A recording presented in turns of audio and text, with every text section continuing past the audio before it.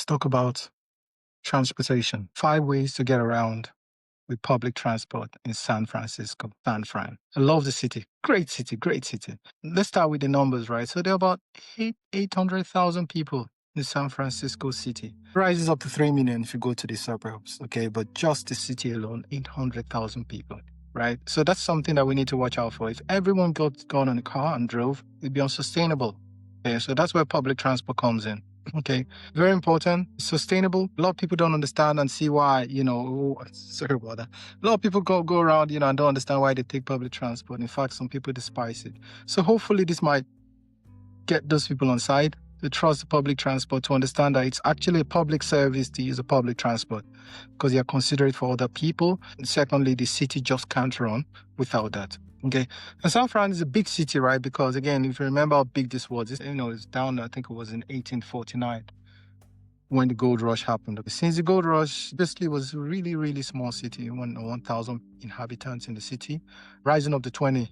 By 1850, there were 20,000 people living there just because of the gold rush. And the gold rush has carried on into tech now. We call it tech rush, but still the same thing. So in this video, I'm going to talk about 5 ways you can pay for public transport in San Francisco. Again, there's a lot of YouTube stations around tourism. So if you want to know what to do, where to go in around the city, you should use that as well. Watch those are, they're very informative. However, I haven't seen enough that talks about payments. Okay, how to make payments, how to avoid getting ripped off, how to avoid, getting robbed, how to avoid thefts. It's all down to payments. Decide how you pay for things. That's important. Why do I care? I'm the CEO of Oruka. Oruka is a smart payment ring. Okay, so we allow users pay on their fingertips. So if you look at this now, this is a smart payment ring. I also have a bracelet, by the way. Everything I wear is not for fashion. It's actually functional. So with this, you could tap to share your contact details. You can open your office with this. This is a business ring. You can receive payments with this. And this is why most of our customers, you can make payments with this and also receive payment with this. So it's good for businesses. It's also good for everyone, basically, because now you don't need your wallet. You don't need your phone.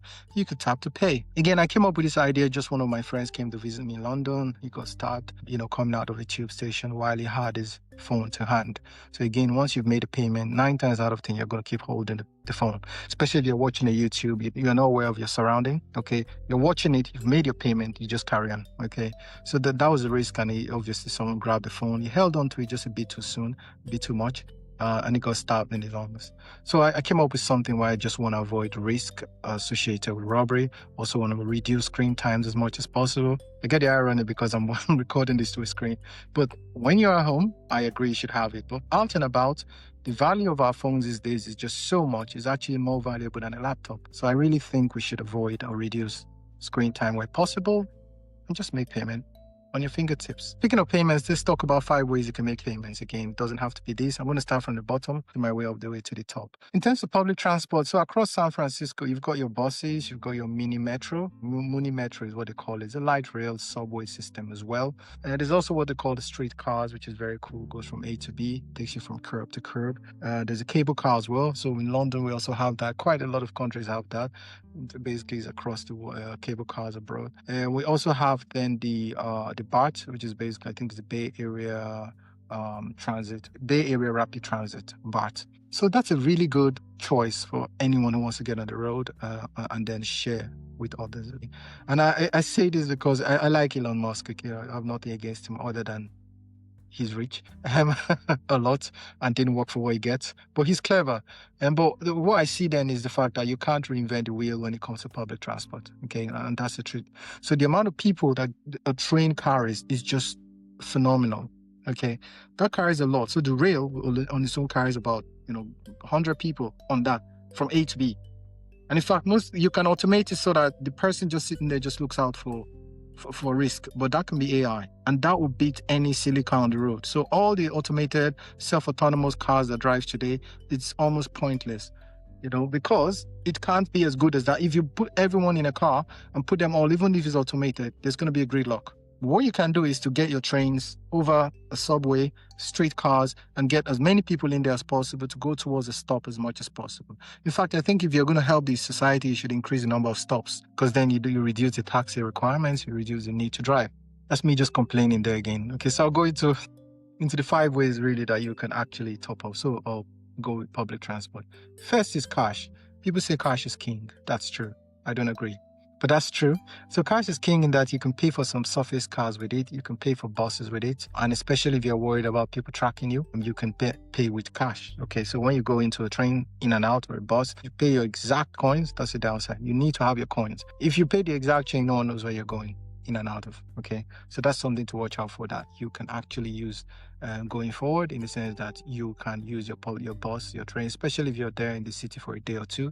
Just pay with your coins. No one needs to know where you are, especially if you don't trust the government. Okay, and they're a lot not to trust. I understand. So that's one. Then the downside I've said as well is just the risk of robbery. So I can tell you in the San Fran area, there was an increase of 50% for petty. I had the phrase petty theft. So petty theft is basically things like, ATM robbery at ATM points, cash, wallet snatching, cash snatching. Those things are petty theft, and it's been a 50% increase in the city. Yeah, so that's a concern, which, it's not petty, especially when you're a victim of that. So that's something to watch out for. If you carry your cash around, $1,000 in cash, and you get robbed, it's hard to claim that back. There's no bank that's going to give you back the $1,000. So that's something to watch out for. Be careful with cash. That's all I can say. Cash, gold, things like that, there is no fallback. Understandably, you're private, but then you become subject, and you need to make sure you're responsible for yourself. Okay. And unfortunately, the city of 800K, the city of 800,000 people, guess what? They're bad people then. Okay, so what you're going to do is you need to protect yourself. You need to make sure you're not walking around with valuables around you, including cash. If you want to avoid cash, the next best thing to cash, I would call, is basically what we call the Clipper card. So the Clipper card is almost like a card that you put on your wallet as well. And what you do then is you can tap to pay. Okay, so Clipper card, you can tap to pay wherever you are. It costs $3 to buy the card. And then when you buy the card, then you can go ahead and register it if you wanted to. I, for one, I don't agree you should. I don't like people registering it unless you need to. Okay. So for us, when you buy our rings, I need to know your address or any address to post it to. I'll tell you, I'm going to need your address, or I need your contact details somehow so I can post this to you. Okay. And if this gets missing, I need to contact you. So I need your email, I need your phone number.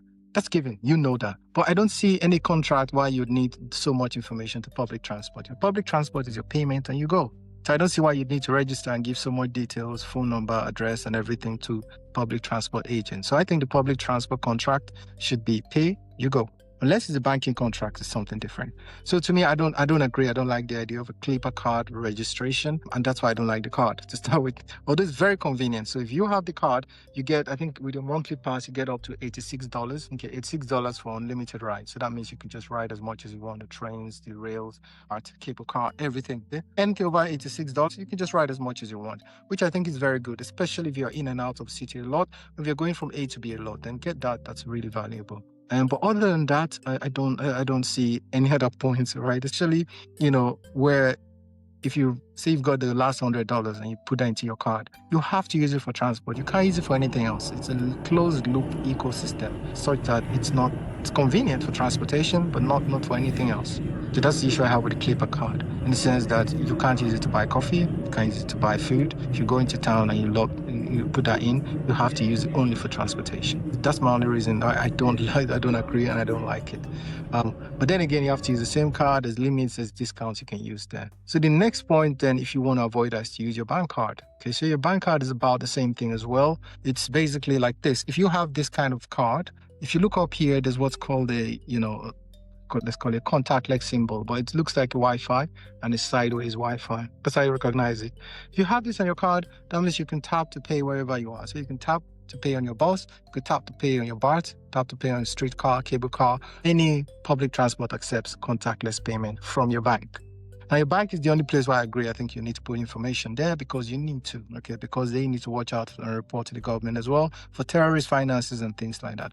So with that, I agree. I think you need to register with your bank. If you don't have a bank account, I think you should gain. These days, you can just get one easily online. Get a fintech bank. Most fintech banks, you can do it on your phone. Just go onto your phone, download an app. They're going to give you a card. It could be a prepaid card. It could be a debit card. It could be a credit card. Any card at all would work on the public transport system. The downside I have with that as well, I think I mentioned this already, is the petty theft. So there's 50% increase in terms of theft. Anyone walking around with this, everyone knows what it is, right? So if you're being robbed, the first thing they ask for is your phone. and your wallet. Those are the two things they ask for first. To me, that's a risk walking around with this. So I wouldn't recommend it. I don't recommend this at all. And there's also what they call a card clash. The card clash is where you tap with one card and then you leave and tap with another card. So it's seen as two different transactions and you get charged twice. Okay, so that's something to watch out for as well. If you tap with one card, make sure you tap with just that one card. So that's something to watch out for. I have that issue when I go on the train. I forget because I'm just in such an auto drive mode. I forget which card I tapped with. On the way out, I kind of, have to try and guess which one I did. So watch out for that. That's the one thing to watch out for. Apart from theft, make sure the cards don't clash. Okay. So theft, I think, to me, is more important actually than the clash. Because if you lose $2-3 here and there, that's okay. But if someone robs you with this, that's a problem. There's also what's called scheming. The scheming is basically where someone comes in with a POS terminal. The POS terminal is just a box that can receive payment. And because of contactless payments on these cards, they can come close to you and just take $10, $20 at a time with no need for a PIN, with no need for transaction authorization, and they just take it as a tip. So they carry on. These guys can go on a train or a bus and just keep tapping on people, just go close to people. That's all they need, close to people, and they do it. If you go on YouTube, I think there's a lot of pranksters going out doing that, which I don't support, because again, there's a joke and there's reality. So to me, that's not a joke to try and take money from people and pretend that you're joking. So be careful with that. I would not recommend going out with your wallet. Then the other point now becomes your phone, right? So you can pay with your phone. I'm trying to get my second phone here somewhere, but you can pay with your phone. Your phone is easy, straightforward. You can just tap to pay with your phone. That's easy. Actually, I'm recording my phone. There you go. I could have shown you. So that's easy. If you have what's called a digital wallet. Digital wallet is basically your card that you've added to your phone. So you can go onto your Apple Pay, your Google Pay, and actually add a card. Okay, go into add a card. If you don't know how to, just put a comment there. I'll walk you through it. This is all I do. Tech. So you go in, you tap your card, and it becomes a token or a digital representation of that card. That's digital representation is what you tap when you go onto what do you call it? If you go into a train or a bus or a metro, you tap to pay and you move on. Okay, that's handy, that's cool. And the only downside I have with that, and a lot of people as well, I know this because my customers, or a lot of people that would be customers, the first argument they say to me is, hey, I could use my phone or I could use my watch. Yes, you can, but your battery is going to go. So if I go to work, I can tell you by the time I get to the office, I'm left with 50% battery, especially if you're watching a YouTube show or something, or listening to music all the way out there. By the time you get there, your battery's down. So you don't want to rely on that for public transport. Okay, the same thing with your watch as well. Unless you charge your watch all day, if you go for a run during lunchtime, that's gone. If you get notification, I've got 2 notifications so far while recording this video, and I have 50% battery left. Okay, and it's only about 12 o'clock. Believe it or not, you have to be careful with using or relying on devices because of the battery. And it's going to get worse. So I know Apple are trying their best to increase the battery life on these phones and watches. However, the requirements on the software is increasing. AI is already there. AI currently runs in the background. It looks at traction. It tracks you. Facebook already does it quite a lot. I mean, the typical person has about 20 software that runs in the background. Okay, so all this takes your battery so that by the time you get home, you could get stranded. It's just something to watch out for. The other point I have again about using your phone to make payments or your watch is just the theft as well. So the same thing with scheming. People can come close to your phone and take money off it as well. And then snatch it. So I talked at the start about my friend who got stabbed because of his phone. So, just pure statistics, right? If you go out and you pay with your phone, 9 times out of 10, you're not going to pay for that phone and put it in your pocket. You pay for the phone, you pay for what you want to do, and then you go out or you tap on your way out, and then you look out for notifications. And then from there, you look out for a text, and then you just want to reply that text. And before you know it, you're stuck in this role of notifications and scrolls, and then you don't know what's happening around you. What does that equate to? 50% of robberies this year was on phones. So if there was a robbery out there, there's a 50% likelihood it was for your phone. They saw the person on the phone and they went ahead and tried to rob the person. And pure stats again, 5,000, so 2,005. 2,005 out of every 100,000 people are getting robbed right now in San Francisco. So 2,005 out of 100,000, that's 2 in 100. So of 100 people, you put 100 people out right now, of the 100 people, 2 people are getting robbed for their phones. So the statistics is just crazy. Like the amount of people that are getting robbed for phones is crazy. We need to put those things away. So to me, I wouldn't recommend using your phone or wallet for payments for that reason. It's just too important. The amount of data you have on your phone, the amount of pictures you have, the amount of apps, banking apps that you have on your phone, And the trauma associated as well with when those phones get snatched, I wouldn't recommend using it. Phones are valuable, if not for the information, at least for the data, at least for the device itself, that it gets shipped all the way to China or India or somewhere and it's sold for next to nothing. Nigeria as well, by the way. So it's sent to quite a few nations and they just sell it for next to nothing. Which doesn't mean anything obvious in the grand scheme of things, but it's traumatic for the person who gets stolen or robbed.